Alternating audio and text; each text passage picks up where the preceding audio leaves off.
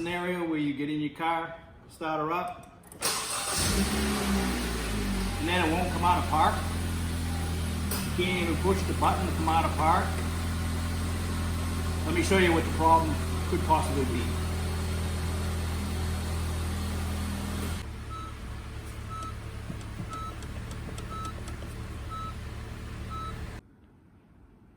First thing you want to do is you want to hit your brake pedal a couple times and look out back and see if the brake lights are coming on. As you can see, I have them shining on my toolbox and I can see that my brake lights are working.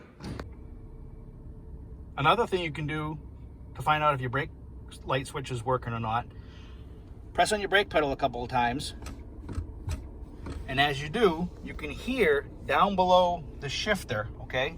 You can hear the solenoid. As I press on that brake pedal, you can hear that solenoid clicking. So right now, without the brake depressed, I can't take it out of park. So if the brake light switch wasn't working, this would be your scenario. So now that I press on the brake pedal, you can hear the solenoid click, all right? And now I can push the button in and take it out of park. So just a couple quick tips there. If your car won't come out of park and your brake lights aren't working, the first thing you should do is check your brake light switch. Make sure it's plugged in. And if it's plugged in, then either have someone diagnose it or just go grab a new one down at the auto parts store for like 15 or 20 bucks.